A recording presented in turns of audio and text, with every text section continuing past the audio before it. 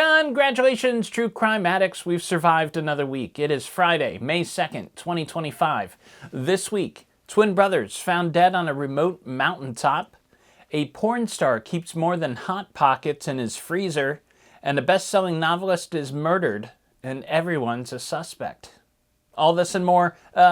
Stay tuned. Yes, super excited. We are all pumped to have James Renner. James Renner on. That James Renner has zeroed in on. James Renner once again drops a bombshell. Investigative journalist, reporter James Renner, who's been on the podcast, long-time friend of mine. And we're back with more true crime this week with me, your host, James Renner. Almost broke the bell. Jeez.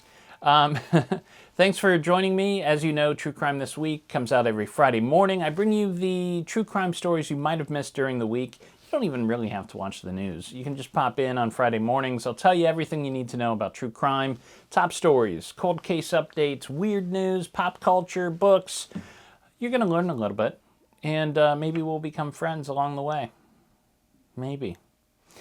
So before we get to the show, I want to say I've been updating some reporting in the Moore Murray case lately, and I released a video and podcast this week on the same channel. If you're interested in that case, the disappearance of Moore Murray. This week I talk about some records that were released by the University of Massachusetts Amherst Police last year. Nobody's really reported on the juicy tidbits that are in this report that call into question some of the narratives that we've been told about this case over the years. So if you haven't watched it, and you're interested in the case, check it out. As always, I want to thank my buddy Walter for manning the camera. Now, as soon as we're done here tonight, Walter's actually catching a flight to Kentucky for the Kentucky Derby. He's going to be over at Churchill grounds. And I hear he's putting 500 large on Final Gambit, which I think is a mistake because it's getting like 30-1 against odds right now. But, you know, Walter, you do you. Don't let me yuck your yum. Let's jump to those top stories, shall we? Lots to get to. And these top stories this week are kind of brutal. Normally they're not this caliber, but it was a rough week, I guess. Here we go. There's a bizarre mystery developing in Georgia, and the surveillance video released by police this week only adds more confusion. I'm talking about the case of Qaadir and Naazir Lewis, 19-year-old twin brothers from Lawrenceville, Georgia, who were found shot to death at the top of Bell Mountain just past March, a few weeks ago. Now, this mountain is 90 minutes away from their home. They had never been there before, and neither brother was into hiking, according to E! Here's what we know about the case so far. The brothers had booked a flight to Boston to hang out with friends. They were scheduled to depart the morning of March 7th. They called an Uber to take them to the airport, but the Uber didn't make it there in time, and they missed their flight, so they returned home. Around 8 a.m. the following morning, March 8th, a hiker discovered their bodies at the top of Bell Mountain in Hiawassee, Georgia, not far from a car owned by one of the brothers. Though, according to their family, they had never been to the mountain before and were unfamiliar with that area of Georgia. The very next day, the Georgia Bureau of Investigation, which you would think would need more than 24 hours to figure out what the hell happened there, but the next day, they released a press statement which said, quote, preliminary investigation reveals the deaths to be a murder-suicide, end quote. But the boys' families don't buy it, and the county medical examiner has yet to release their final report on the matter. This week, police released surveillance video from a Shell gas station near their home in Lawrenceville that captured the brothers around 10:30 p.m. the night before their bodies were discovered. I mean, just hours before their bodies were discovered. Keep in mind, this Shell station is still an hour and a half away from Bell Mountain. In the video, the twins appear normal and calm. They buy some snacks and drinks, and that's kind of it. No sign of anything strange, no signs of hostility between the brothers. Family members say the brothers were close and neither showed signs of depression. So what happened? Well, one theory being circulated online is that the brothers' deaths might be the result of traveling into a region of the state where African Americans are not welcome.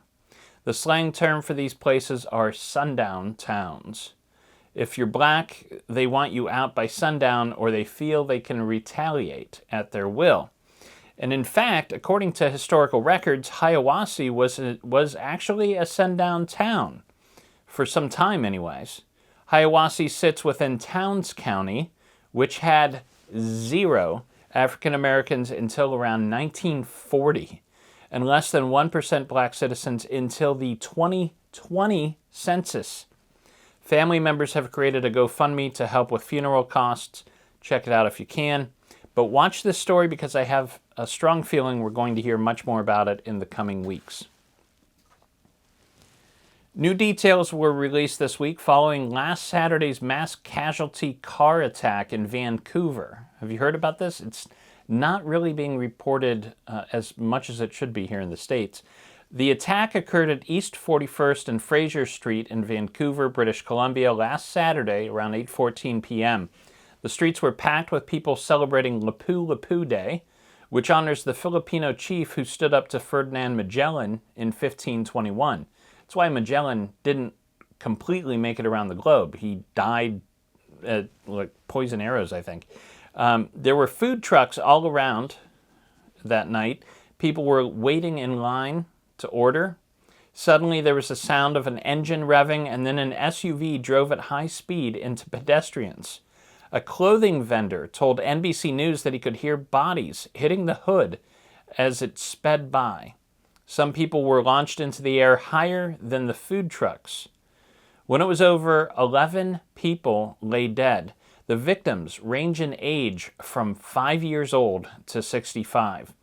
When the SUV finally came to a stop, festival goers subdued the driver. Nice work. And police have identified him as 30-year-old Kai Jai Adam Low. And he's been charged with multiple counts of second-degree murder. More charges may be coming.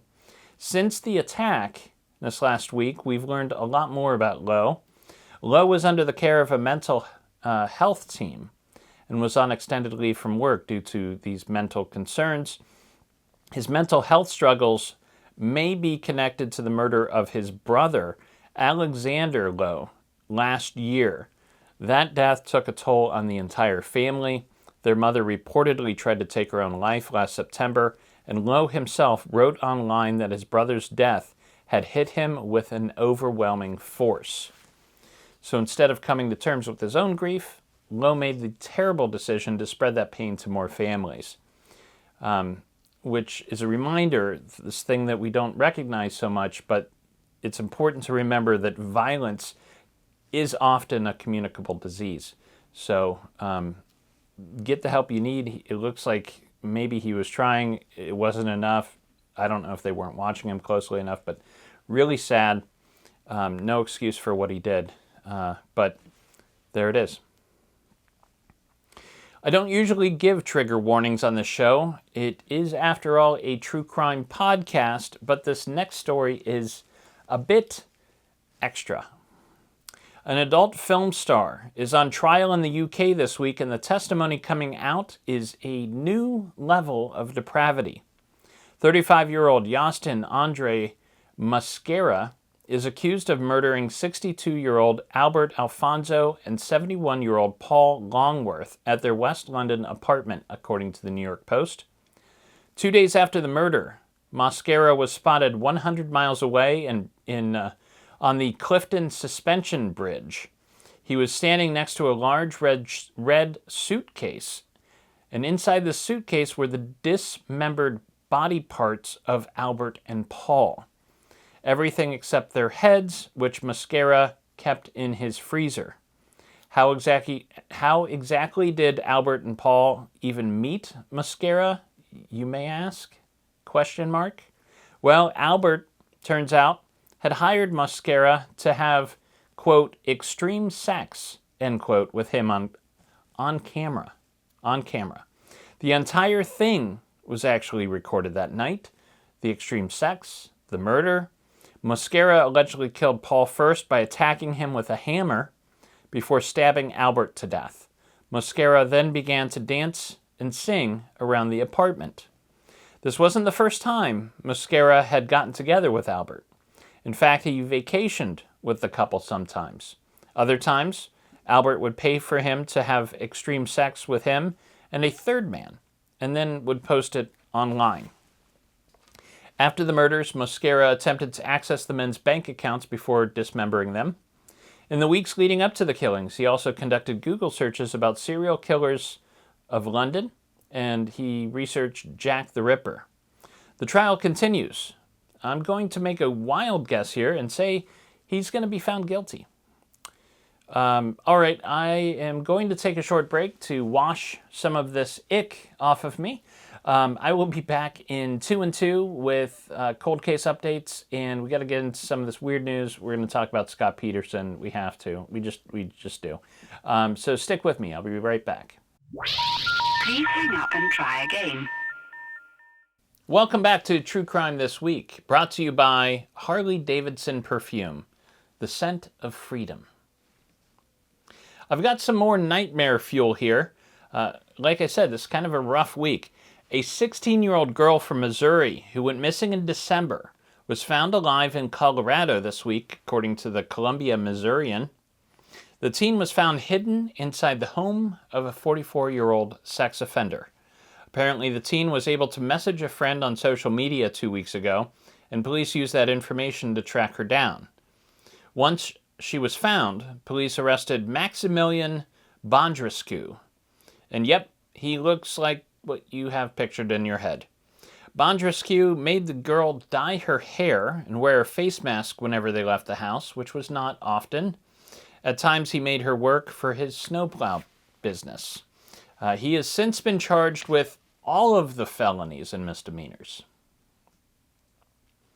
As the Trump administration continues to deport anybody with a foreign-sounding name, criminals have begun to use it to their advantage.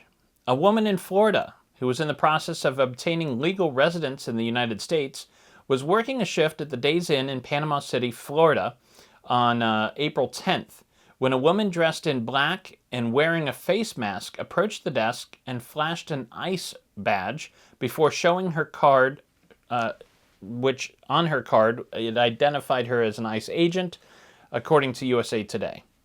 Not wanting any trouble, the woman went with the ICE agent and got into the back seat of her car. As they drove off, she attempted to call her husband, but the agent snatched her phone away. She started to become suspicious when the agent didn't stop at the sheriff's office.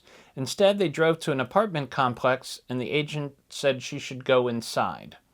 When the agent went inside, the woman walked away and asked a bystander if she could borrow her phone to call her husband. When she told her husband what the agent looked like, he said, "Hang on, that sounds like my ex-girlfriend, Tracy." In fact, it was Tracy. Real name, LaTrance Battle. Nobody knows what her endgame was since the woman got away, but I doubt she was bringing her to her apartment to help her with immigration documents. Battle has since been charged with kidnapping, robbery, and impersonating an officer while committing a felony. Now, tell me how that's different than kidnapping an innocent man and shipping him off to El Salvador. It's not that different. Not that different. Not that different. Best-selling German novelist was found shot to death on Tuesday on a houseboat in Hamburg, and now everybody is a suspect, according to The Guardian. 58-year-old Alexandra Froelich is the author of the auspiciously titled crime novels Death is a Certainty and Skeletons in the Closet. Froelich apparently lived on the boat, which was moored in the Elbe River. Investigators are seeking anyone who saw suspicious activity around the houseboat recently. She was last seen in the company of a butler, an old friend who had recently moved back to town, and a competing novelist. In a 126-page declaration included in a petition filed last week by the Los Angeles Innocence Project, Scott Peterson said he had absolutely nothing to do with the death of Lacey Peterson, according to NBC News. Peterson is now 52 years old and serving life in prison for the murder of his wife and unborn son. He's believed to have dumped Lacey's body in the Berkeley Marina in California on Christmas Eve 2002. Her body was found in the San Francisco Bay 4 months later. He was initially sentenced to death, but the California Supreme Court overturned his sentence in 2020 and resentenced him to life. The Los Angeles Innocence Project maintains that Laci was actually killed by burglars who she witnessed breaking into a home across the street. Could you imagine if he was really innocent? Don't worry, I can't either. He totally did it, right? He totally did it, right? Let's jump over to weird news, shall we? I never thought I'd use Playbill as a source in my true crime podcast, yet here we are. According to Playbill, a new musical based on the life of Luigi Mangione will premiere at the Taylor Street Theater in San Francisco June 13th. Mangione, as you may recall, is the 26-year-old man who stands accused of assassinating United Healthcare CEO Brian Thompson, who is himself accused of contributing to the deaths of hundreds of clients who were denied adequate health care by his company. The official synopsis says, and this part's not a joke, that the musical is a razor-sharp comedy that imagines the true story of Luigi Mangione. With real-life cellmates Sam Bankman-Fried and Diddy by his side, Luigi navigates friendship, justice, and the absurdity of viral fame. Sounds very weird. Anyways, I expect the musical will include songs like Defying Morality, Hello Dolly, Your Anesthesia Has Been Denied, and If I Were a Rich Man, I Could Afford a Colonoscopy. Over to pop culture. A new true crime documentary called Southern Fried Lies premiered on Oxygen this week. Here's the write-up. An Arkansas realtor sets her daughter up with the richest guy in town, but when he mysteriously dies, she's accused of stealing his fortune. Additional deaths and a web of lies ensnare the rural community, leaving a family destroyed. Now, this documentary centers around the death of Matthew Jacobs, who died in a car crash in Camden, Arkansas in 2015, leaving behind an estate worth $1.7 million. What's interesting is Jacobs was a survivor of the Deepwater Horizon oil rig explosion and received a settlement. That's how he got the money. At the time, he was engaged to a woman named Alex, and his will left his money to Alex instead of his son, but a closer look at the will revealed that it was actually not real. And that's just the beginning of the story. So it's super interesting. Go check it out. And the true crime book of the week this week is Vanishing Act, a crashed airliner, fake death, and backroom abortions. I mean, it's really risky to put abortions on your book title, but trust me, it's a super interesting book. And I got to hand it to him. This is by a guy named Jerry Jameson. Over the span of 39 years, 25 aliases, 28 arrests in 20 cities, and nearly a dozen imprisonments, Robert Spears lived a con artist's life of unparalleled adventure and intrigue, but that is far from the end of his story. Shortly before Thanksgiving Day in 1959, a plane exploded in midair, killing all 42 passengers and crew and leaving scattered debris and bodies across the otherwise tranquil Gulf waters. Listed on the manifest was Dr. Robert Spears, once the highly regarded president of the Texas Naturopathic Association, father of two small children with a lovely society-minded wife and an elegant home in an exclusive neighborhood. It was a monumental tragedy for his family, as it was for all the souls lost that day. Less than 2 months later, Robert Spears miraculously rose from the dead in Phoenix, which is appropriate, right? Where he was promptly arrested. Headlining newspapers nationwide, Man downs airliner to fake death. Spears was discovered to have cleverly switched identities and persuaded a friend, Al Taylor, to fly with his plane ticket, asking him to carry a package on board. Spears drove away in his buddy's car with his wallet and driver's license. As the FBI began to investigate, they uncovered a stunning, mind-bending tale of murder, abortion rings, and false identities, as well as insurance scams and medical fraud that stretched over decades, Methodically and carefully researched through FBI records, Vanishing Act fully tells the complete and shocking story of con man Robert Spears for the first time. Holy cow. Did this guy really blow up an entire plane to fake his own death?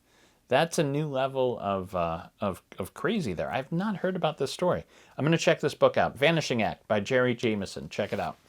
That is the show for this week. I'll be back next Friday with true crime updates. Stay with me. It gets better. And go enjoy the weekend. In the words of the incomparable. Also, by the way, I say enjoy the weekend, but is it just me, or is the pollen count this year abnormally high? Like, I am so hopped up on Benadryl right now, I can barely function. So, take care of yourself, and in the meantime, in the words of the incomparable Murray Saul, the godfather of Cleveland radio, we gotta